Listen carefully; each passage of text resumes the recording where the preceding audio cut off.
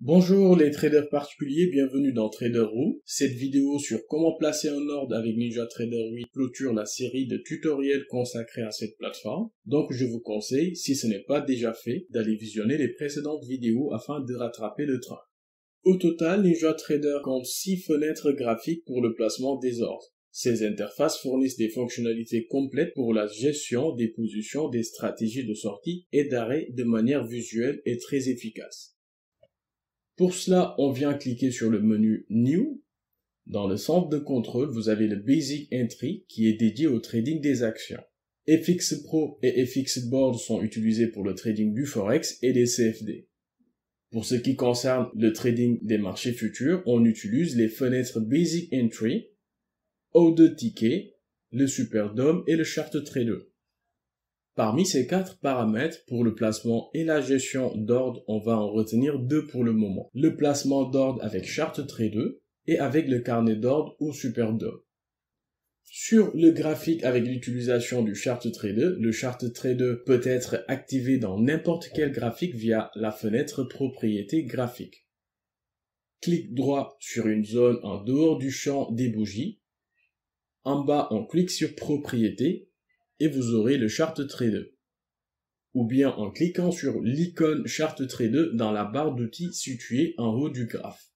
Lorsqu'il est activé, le panneau Chart Trader sera visible sur le côté droit de votre graphique. Vous pourrez soumettre, modifier et annuler des trades directement à partir du tableau ou du graphique. Pour comprendre le Chart Trader, on peut le diviser en 2 parties. Le panneau Chart Trader à droite qui est utilisé pour placer, modifier ou annuler des positions, et la partie gauche sur laquelle le Chart Trader dessine des représentations visuelles, des ordres en attente et des positions ouvertes. Pour placer un ordre avec le Chart Trader, on a 2 manières.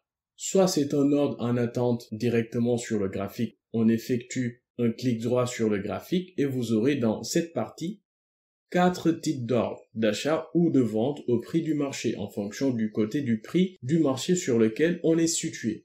Soit on utilise les boutons rapides situés en haut à droite du Chart Trader, ici le bouton Buy Market qui signifie achat au prix du marché. Ça vous embarque automatiquement sur le marché dans la direction du trade, bien sûr, au prix du marché. De même que Sell Market pour vendre automatiquement. Le Buy, Ask, Bid et le Sell, Ask et Bid, c'est respectivement comme des achats ou ventes d'enchères traditionnelles. Suivant l'offre et la demande, donc on recherche le meilleur prix avant de se faire embarquer automatiquement sur le marché. Le bouton Reverse fermera une position ouverte puis entrera un ordre de marché dans la direction opposée avec les mêmes paramètres que la position fermée. Ça peut être utile lorsqu'on commet une erreur ou que le sens du trade ne nous soit pas favorable. Le bouton Close fermera toutes les positions ouvertes affichées sur votre graphique. Le panneau situé en bas nous donne des indications lorsqu'on entre en position telle que Flat qui affiche la taille de l'ordre, Entry qui vous donne le prix moyen de la position et P&L qui représente le profit ou la perte non réalisée au cours d'un trade. Toute cette partie en bas où se trouve l'instrument tradé, le compte, le ATM stratégie, à savoir la stratégie utilisée, et la quantité de la position est similaire à l'affichage qu'on a au niveau du Superdome. Cependant, pour une meilleure compréhension, on va le voir avec la deuxième méthode, comment passer un ordre avec le Superdome. Pour le placement d'un ordre avec le Superdome ou carnet d'ordre, sur le centre de contrôle, on clique sur New. Ici, vous allez avoir 2 éléments de menu Superdome. Pour le carnet d'ordre, Superdome statique et Superdome dynamique. La différence entre ces 2 fenêtres est la façon dont le marché intérieur est affiché dans l'échelle des prix. On va essayer de les ouvrir pour constater ensemble les différences existantes. Pour le Superdome statique à gauche, le marché intérieur, à savoir la demande, l'offre et le dernier prix, monte et descend dans l'échelle des prix en réponse à un changement de prix du marché. Les lignes de prix sont statiques. Cela veut dire que ça ne change pas. Et pour ce qui est du Superdome dynamique à droite, le marché intérieur, à savoir la demande, l'offre et le dernier prix, se trouve à un emplacement fixe dans l'affichage de l'échelle des prix. Cependant, les lignes de prix sont dynamiques, cela veut dire que le prix de chaque ligne change en réponse à un changement de prix du marché. Il est clair que ces deux fenêtres sont presque semblables, mais le Superdome dynamique possède un avantage qui vous permet de choisir de suspendre, geler, l'affichage de l'échelle de prix en déplaçant simplement le curseur de votre souris sur l'échelle de prix. Ainsi, cela facilite la soumission et la modification des ordres dans l'affichage de l'échelle de prix dynamique pendant une période de volatilité du marché. Et c'est une des raisons pour laquelle je la préfère au statique. Une fois suspendue, l'échelle sera surlignée et vous pouvez désormais soumettre ou modifier un ordre en toute sécurité, sans que le prix de la ligne sous-jacente change. De plus, le marché intérieur, à savoir la demande, l'offre et le dernier prix, sera affiché dans la rangée supérieure du Superdome dynamique pendant que l'échelle de prix est gelée. Lorsqu'elle est surlignée, nous pouvons identifier les informations suivantes ici en haut. À gauche, le meilleur prix ou bid. Au milieu, la variation nette du dernier prix négocié à partir du moment où l'affichage a été suspendu. Et à droite, la meilleure demande ou ask. Donc, on va fermer la fenêtre statique et étudier le Superdome dynamique tout en sachant qu'elles affichent les mêmes informations. Ici, l'échelle de prix est divisée en 3 colonnes fonctionnelles par défaut. La colonne des acheteurs, la colonne des prix, la colonne des vendeurs et bien sûr, il existe des personnalisations supplémentaires afin d'ajouter d'autres colonnes d'indicateurs, de volume, etc. La colonne de gauche Buy est la colonne des acheteurs qui est utilisée pour afficher le total des contrats sur l'offre et leur prix respectif, également appelé profondeur du marché. Ensuite, on peut l'utiliser pour soumettre des commandes d'achat ou modifier les ordres d'achat. La colonne centrale, connue sous le nom de colonne des prix, sert naturellement à afficher les prix du marché, l'offre actuelle, à savoir le bid en couleur bleue, la demande ou ask en couleur verte, et les derniers prix et quantités échangées surlignées en couleur jaune. Mais aussi, elle permet de modifier les ordres stop loss et le take profit au courant de trade. La colonne de droite Sell est la colonne des vendeurs, même principe que la colonne des acheteurs. Elle affiche le total des contrats sur la demande à leur prix respectif, donc soumettre ou modifier les commandes de vente. Les boutons rapides en bas de l'affichage de l'échelle de prix sont les mêmes comparés à ceux du Chart Trader. Vous avez le premier Buy Market à gauche ou achat au prix du marché. Cela vous permet d'entrer sur le marché automatiquement au prix de marché. Ensuite, au milieu, le PNL revient pour nous afficher le profit ou la perte non réalisée pour une position ouverte. Il est lu comme PNL lorsque vous êtes flat. Cela veut dire qu'on n'a aucune position ouverte. On avait vu dans la partie du Chart Trader que flat affiche la taille de l'ordre. Lorsqu'un trade est ouvert, vous pouvez changer l'unité affichée sur le PNL en cliquant avec le bouton gauche de la souris sur la cellule PNL. Cela vous donnera un affichage entre la devise, les points, le tick, les graduations, le pourcentage et les pips.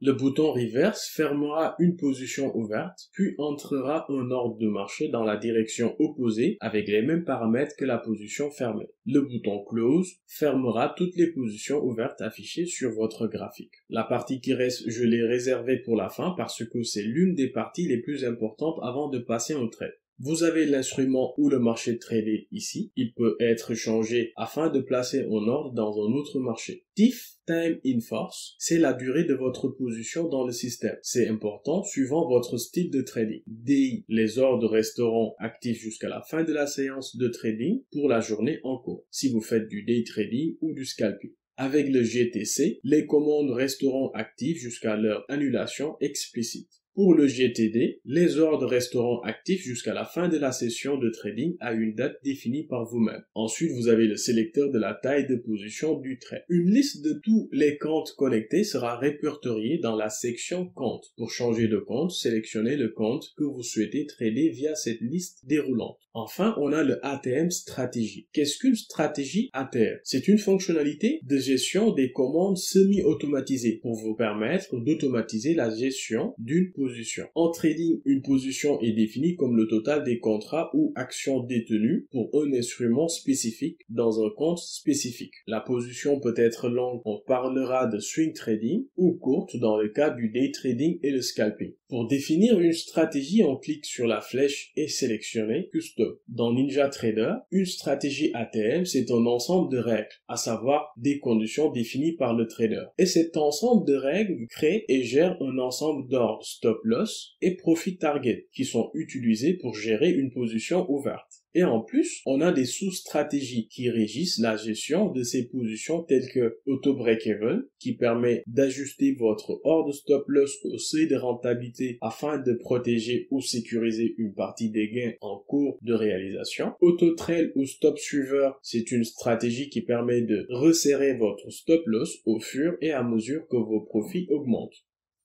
Auto Chase, avec ses sous-paramètres, ajustera automatiquement le prix d'un ordre limité au fur et à mesure que le marché s'en éloignera, etc. Par conséquent, la stratégie ATM permet aux traders de définir les règles et les conditions qui régissent la gestion de la position. Combien d'objectifs de profit devrait-il avoir et à quel prix? Quels paramètres auto-trail stop loss doit être utilisé? Quand faut-il déplacer un stop loss vers le seuil de rentabilité? Les ordres profit target devraient-ils chasser le marché s'ils ne sont pas exécutés, etc. Ces règles et conditions constituent votre méthodologie de trading personnel ou stratégie de risk management. Avant une opération, à savoir un trade, je me considère comme un commerçant traditionnel qui doit prendre beaucoup de paramètres en compte, tels que le choix d'un bon produit, dans notre cas ici l'instrument à trader, la quantité à acheter ou à vendre dans quantité, la durée prévue de l'opération dans le TIF, Time in Force, même le magasin de stockage qui représente ici le compte de trading, et une stratégie ATM qui va renfermer notre stratégie de vente ou d'achat, les objectifs en termes de profit, le risque accepté, etc. C'est une partie très importante qui rentre dans votre money management, qu'on verra dans une autre vidéo. Supposons ce qui suit. Nous voulons trader ce marché pour une quantité égale à 2, en l'occurrence 2 contrats. Nous voulons un stop loss fixé à 2 ticks de notre objectif d'entrée et un objectif de profit fixé à 4 ticks de notre prix d'entrée toujours. Nous venons de définir un ensemble de conditions pour la gestion d'une position de 2 contrats, ou en d'autres termes, nous venons de définir une stratégie ATM aussi simple qu'elle soit. En fin de compte, avant d'entrer dans une transaction, vous savez déjà où vous allez placer votre objectif de profit, où vous définirez votre stop loss et combien de contrats vous échangez. Mais encore, vous pouvez prédéfinir vos sous-stratégies telles que, une fois qu'il y a un tick de profit, vous déplacez votre stop loss au seuil de rentabilité et une fois qu'il y a 2 ticks de profit, vous déplacez votre stop loss pour protéger un point de profit, etc. Les stratégies ATM peuvent être définies avant chaque trade ou vous pouvez les prédéfinir à l'aide de modèles qui peuvent être sauvegardés et réutilisés ultérieurement. Lors d'un trade, on développe des idées et des méthodes d'entrée. En définissant votre stratégie de trading personnel dans NinjaTrader, vous êtes libre de vous concentrer sur le trade et non sur la gestion des positions. Et NinjaTrader fait tout cela pour vous automatiquement. Une astuce, faites un clic droit sur le SuperDub. En bas, on clique sur Propriétés. Vous aurez cette fenêtre pour le paramétrage et la personnalisation du SuperDub. Cochez Show Gross Realize PNL when flat. Cliquez sur Apply puis OK. Cela vous permet, lorsque vous êtes flat, d'avoir un visu sur le profit et la perte réalisée pour le compte sélectionné. Ce qui met fin à cette série de tutoriels sur NinjaTrader 8. Bien sûr, il y aura de temps à autre de nouvelles astuces et découvertes, etc.